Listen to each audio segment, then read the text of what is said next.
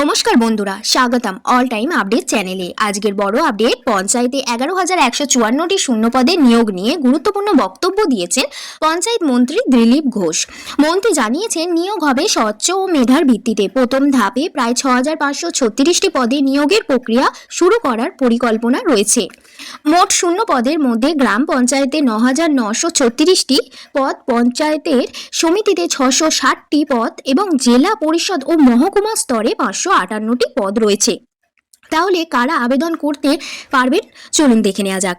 সরকারি বিজ্ঞপ্তি প্রকাশের পর যারা শিক্ষাগত যোগ্যতা, বয়সসীমা ও অন্যান্য নির্ধারিত শর্ত পূরণ করবেন তারাই আবেদন করতে পারবেন।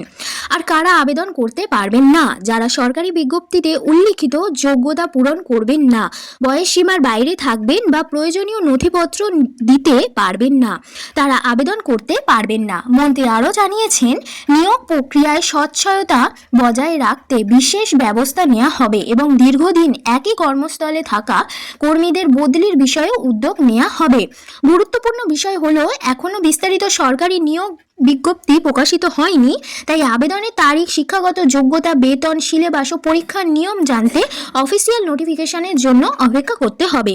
ভিডিওটি ভালো লাগলে লাইক, কমেন্ট, শেয়ার করুন এবং অল টাইম আপডেট চ্যানেলটিকে সাবস্ক্রাইব করুন। Thanks for watching.